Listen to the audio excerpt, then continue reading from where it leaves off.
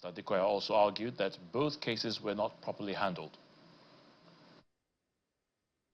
First thought is that elections are coming, so this is a politically convenient resolution to the matter. Two, it doesn't restore confidence in the general feeling of safety. Because your rights are read to you when you're about to board a service. An airline operates a service, you contract to abiding to the terms of that service when you board, and your rights are read to you.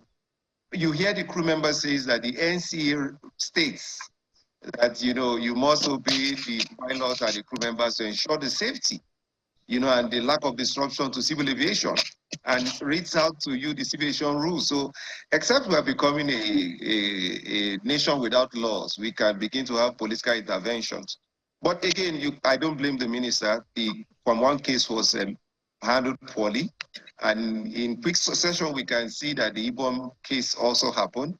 What the airline operators now did was to try to shield the airline from any public backlash by saying the association is issuing. So it's just window dressing of the issues which I've been talking about again.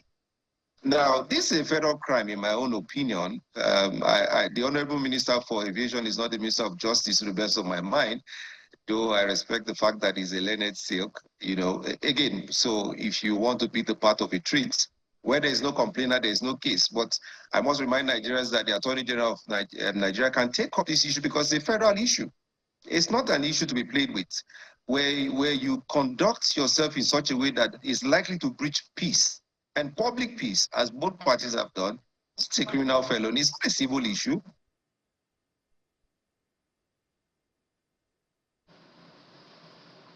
More than 5 Boko Haram terrorists have been killed after a bomb they planted to target Nigerian army troops exploded in Kareto, a community in Mobile local government area of Benue State. Reports indicate the terrorists ambushed troops of the 145 Battalion in Damasak, Kareto, detonating an improvised explosive device, or IED, before opening fire. However, the insurgents were caught in their own blast when troops executed anti-ambush drills, outflanked them, and returned fire. 5 terrorists were killed instantly by the explosion, while several others were neutralized in the ensuing gun battle, forcing the rest to flee with injuries. In Benue State, 3 persons have again been killed in last night's attack on a Wikbam community of Mumbai Council Ward of Guma local government area of the state. 24 hours after three others were killed in Yelwata within the same local government. Now, speaking to Channels Television on the latest killings, a community leader and a former candidate for Guma 1 State Assembly seat in the 2023 general elections, Jimin Jeffrey, says the discovery of the corpse of Yomba Gbanju, an elderly man from the community, on Wednesday morning, brings the casualty figures to 3 following the killing of Ake Kelvin and Francis Nomsor. Sustained attacks on Guma communities which share borders with Nasarawa State remain a major setback to the fight against insecurity. Now, the chairman of Guma local government area, Mr. Maurice Owo, has since mobilized security forces to that area. The Northeast Development Commission, NEDC, has distributed relief materials to over 200 victims recently affected by flooding in Das local government of Boko State in an effort to ease their suffering. While speaking during the distribution exercise, the NEDC Boko State coordinator, Mr. Liu Ishaku, says the intervention is part of the Commission's humanitarian mandate to support disaster victims. Our correspondent Hajara Aliu reports. 2 weeks ago, several communities in this local government area of Bauchi State were hit by devastating floods, which destroyed homes and properties. As an immediate response, the Northeast Development Commission delivers relief materials to 248 affected individuals in the communities of Karadem, Gifkir, Badel, Bonunu, and parts of Baraza. We must have to express our sincere gratitude to the Executive Management of the Northeast Development Commission for their timely decision to provide palliative support to the victims affected by floods, because the situation has rendered a lot of people homeless, without shelter, without food, without water, without basic necessities of life. So that is why the executive management of the NEDC deemed it necessary to bring support to the community. Items distributed include 2,000 bags of rice, 1,000 packs of spaghetti, 300 bags of sugar, 600 gallons of vegetable oil, 1,000 mats, 1,000 blankets, children's clothing, wrappers, men's brocade, and roofing zinc.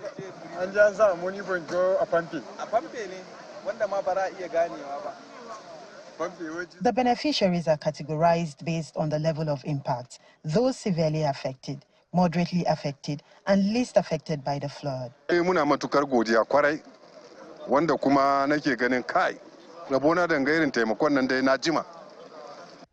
With the intervention, the victims are optimistic of rebuilding their lives in order to speedily recover from the disaster.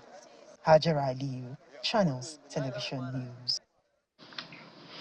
As part of efforts to unlock the economic power of lands in Nigeria, the Federal Ministry of Housing and Urban Development has announced plans to improve land title to 50% in the next 10 years. The minister in charge, Ahmed Dangiwa, made this known during a workshop on land titling, registration and documentation program in Lagos. Lagos State Governor Babajide Sanwo-Olu, who was also at the event, explains that electronic land documentation is the only way forward to reduce physical interference and build a future where land rights are secured. Key stakeholders in the housing sector, including the Federal Ministry of Housing and Urban Development, as well as the Lagos State Governor, Babajide Sanwo-Olu, senior government officials, all converge on Eco Hotel and Suites to address issues of land titling, registration, and land documentation. Lagos, being the state where real estate is thriving, the federal government has put together this workshop for states' commissioners on land matters. The minister revealed that less than 5% of land has title deeds. As you all know, less than 5% of land is formally titled. The rest remains locked in informality, inaccessible for investment, and vulnerable to disputes. That's why the Land for Growth program is more than an administrative reform. Under the program, we aim to increase a formal registration of land titles by at least 50% within the next 10 years. Some of the speakers believe that physical planning is the biggest challenge facing the country and must be managed effectively by implementing digitized land registration for national growth. The biggest problem that we have in this part of the world, West Africa, whatever, is physical planning. So I think what we are doing here today, like you said, Honorable Minister, is very necessary, is important. It makes us more prosperous as a people if we do it right. A centralized digital platform can provide for real-time access to land records and enhance transparency and reduce opportunities for fraud. However, achieving this requires robust cybersecurity measures. The host governor, Babajide Sanwo-Olu, emphasizes that the electronic land documentation must be embraced for seamless procedures. And so for us in Lagos, the goals strongly aligns with our own vision on urban planning that we have set out for ourselves, an agenda that we believe will secure land titling and make it more legal, create a more legal document. They had a foundation, in our view, of economic development. It will create a social stability, and it will also help us reduce the housing deficiencies that we have. The Renewed Hope Agenda initiative to unlock the economic power of land will be driven across the 36 states and the FCT in order to build a future where land rights are secure. The National Orientation Agency, the NOA, has frowned at the abuse of national symbols such as the national flag by some Nigerians. The Director General of the agency, Mr. Larry Isa Onilu, who was speaking in Abuja, announced plans to commence a 2-week civic engagement drive across the 36 states and the Federal Capital Territory of the country. He explained that the campaign focuses on national reawakening and patriotism and includes thematic areas such as government policies, flood mitigation, national security awareness as well.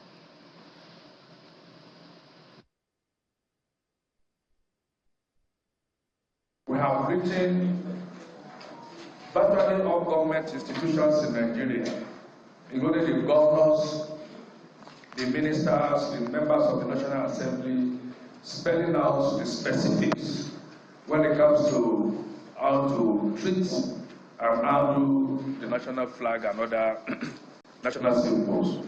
When you see the national flag and then containing the coat of arms, once you add anything to the national flag, it is no longer the Nigerian flag. If it is beautiful enough, when you embroider it or put lace or anything around it, or a certain coat of arms on it, it is no longer the Nigerian flag. We all know that the Nigerian flag's color are green and white. So it is green, white, green. So there's a color code for even the green, and that is Emerald 2.0. That is the color code of the green. And there are other issues to the flag. For instance, no other flag must be taller than the Nigerian flag within the Nigerian territory. When your flag has, spent enough time flying and is due for retirement, we should flag it down, remove it, and hand it over to the nearest National Orientation Agency office. The United Nations Office on Drugs and Crime is extending its Youth Peacebuilding program to Bayelsa State as part of activities marking International Youth Day 2025. UNODC is partnering with the Bayelsa State Ministry of Youth Development to inaugurate 25 carefully selected young people as peace champions who will drive community-led solutions in peace building, drug abuse prevention, and crime reduction.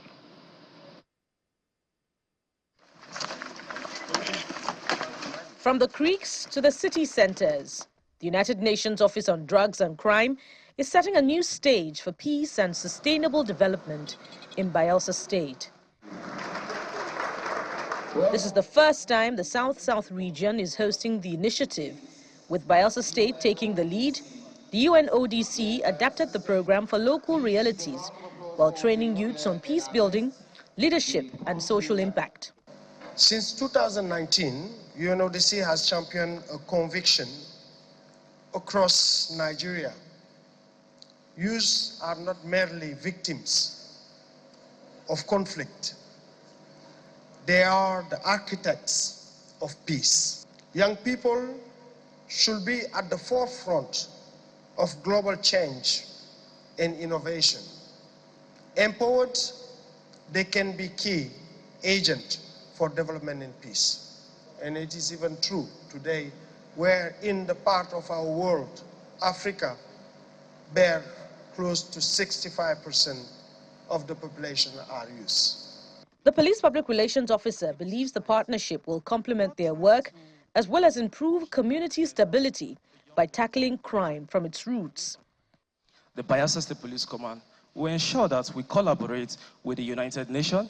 It's to make our work easier for us, because without a stable society, without trying to push the mindset of the young ones from crime, away from crime, I think there will be no stable society. So let's all collaborate with the United Nations. For the Bayelsa State government, the collaboration is a welcome development which will help reshape a peaceful future. For every good thing we come across as a state government, such as this kind of program, it's our duty to encourage it and replicate it as a ministry.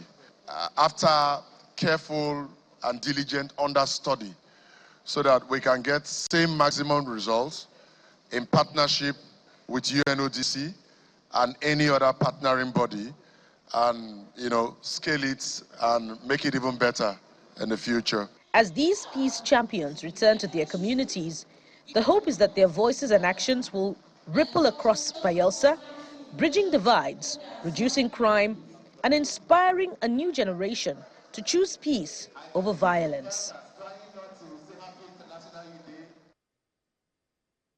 Taraba State Governor Abu Kafa says he has no hidden agenda in handling issues relating to his ailing deputy and has not gone contrary to the law by not choosing another person to replace him. The governor stated this when he addressed journalists for the first time since the deputy governor took ill in November of 2024. He's urging residents to lift him in prayers for quick recovery and resumption of his deputy.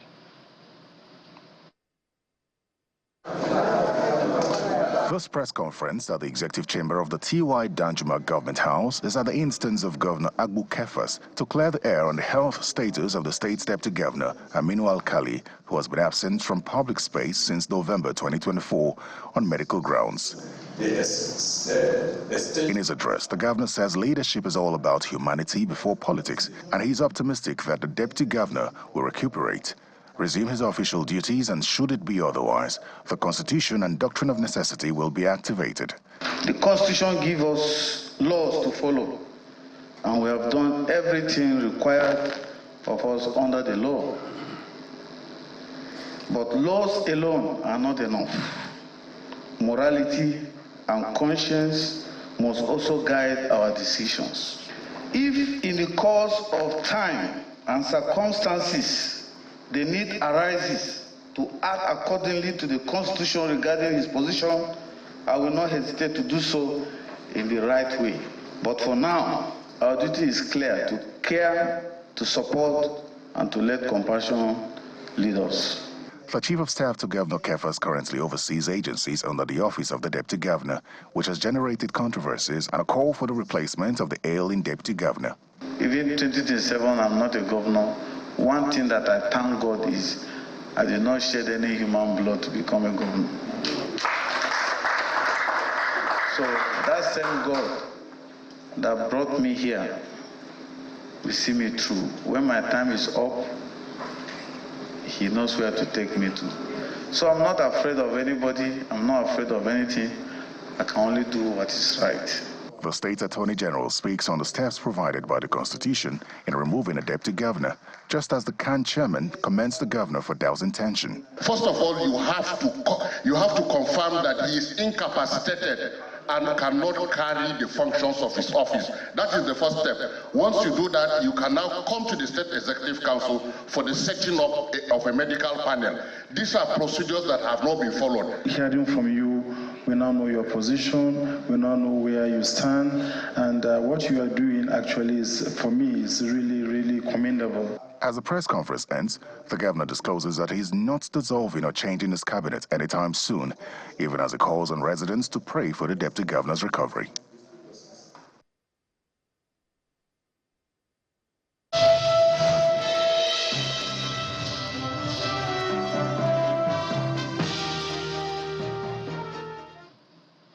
Welcome to Business News. The Nigerian Midstream and Downstream Petroleum Regulatory Authority has released its latest report on petroleum product consumption, revealing a significant 16.42% decline in fuel evacuation for the month of June 2025. According to the data, total fuel consumption dropped to 1.44 billion litres, a decrease of over 290 million litres from the 1.77 billion litres recorded in the month of May. Now, the report also detailed the distribution of fuel to various states, with Lagos receiving the highest volume at 205 million litres. Now, the Controller General of Customs, Adewale Adeni, insists that no pharmaceutical cargo will be stemmed outside the designated ports till further directed. Speaking to newsmen in Lagos, the Controller General explained that this action is part of a broader effort to combat the importation of counterfeit, substandard and unregistered drugs in collaboration with the National Agency for Food and Drug Administration and Control. The Nigeria Customs Service has recently implemented a series of policies and measures regarding the handling of pharmaceutical cargoes.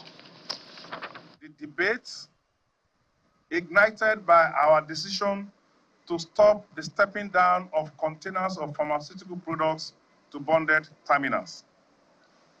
I've heard reports indicating that Nigeria Customs Service cannot trample upon the rights of importers to make use of bonded terminals of their choice. I very much agree with those arguments that we needed to give priorities to the issues of trade facilitation. These terminals that we are talking about operates under license provided by the Board of Nigeria Customs Service. Our obligations in licensing them is not only to facilitate trade, but also ensure that security and compliance regulations are met. Have all the bonded terminals met these obligations? Some of them have, but so many of them have failed to meet this obligation. And this is why we are reiterating our position that henceforth, until further notice, we will no longer allow pharmaceutical products to be stemmmed into terminals outside our ports. Nigeria has inched up in the latest global corruption perception rankings, and this is according to the latest report released by Trading Economics. The report says the country now ranks 140th out of 180 nations in the December 2024 report, which is an improvement from 145th in the previous ranking. This reflects a modest shift in its global standing, but leaving it still among the most corruption-plagued nations. The movement suggests Nigeria has gained 5 positions, but analysts warn this does not necessarily mean corruption has meaningfully declined. Meanwhile, development economists caution that without deeper reforms, Nigeria risks losing investor confidence and undermining economic diversification plans. Kenya's central bank lowered its benchmark lending rate by 25 basis points, cut its policy rate to 9.50% from 9.75% previously. That's the 7th cut in a row. Consumer inflation rose to 4.1% year-on-year in July, compared with 3.8% the previous month, but it remains well within the central bank's preferred 2.5% to 7.5% band. Though price pressures have been contained, the East African countries' public finances have been under pressure because of heavy debt repayments and revenue underperformance. The CBK left its economic growth forecast for this year and next unchanged at 5.2% and 5.4% respectively. It also maintained its projection for this year's current account deficit, estimating it at 1.5% of gross domestic product compared to 1.3% of GDP last year. South Africa's Minister of Small Business Development, Stella Ndabeni, has emphasized the limited participation of small businesses in both regional and global markets. Speaking at the 2025 Pakistan-South Africa Trade Summit, she identified key barriers such as limited access to finance, inadequate infrastructure, and the shortage of effective business development agencies as major challenges. The summit is spotlighting opportunities across several high-growth sectors. It's about saying small business matters. We're growing economies, we're transforming economies, but we are also creating jobs. Because yes, the big firms are contributing to tax and the many other important things that they're doing, but jobs are created by smaller enterprises. And yet, the participation of small enterprises in regional and global value chains remain limited due to the structural challenges that even my brother spoke about. The barriers like the limited access to finance, the poor infrastructure, the lack of business development services, fragmented markets, and regulatory complexities. Those are what are really hammering the participation or the meaningful participation of smaller enterprises in the global and regional value chains. And that's news at 5 at this time. Thanks for watching. I'm Ayotunde Balu.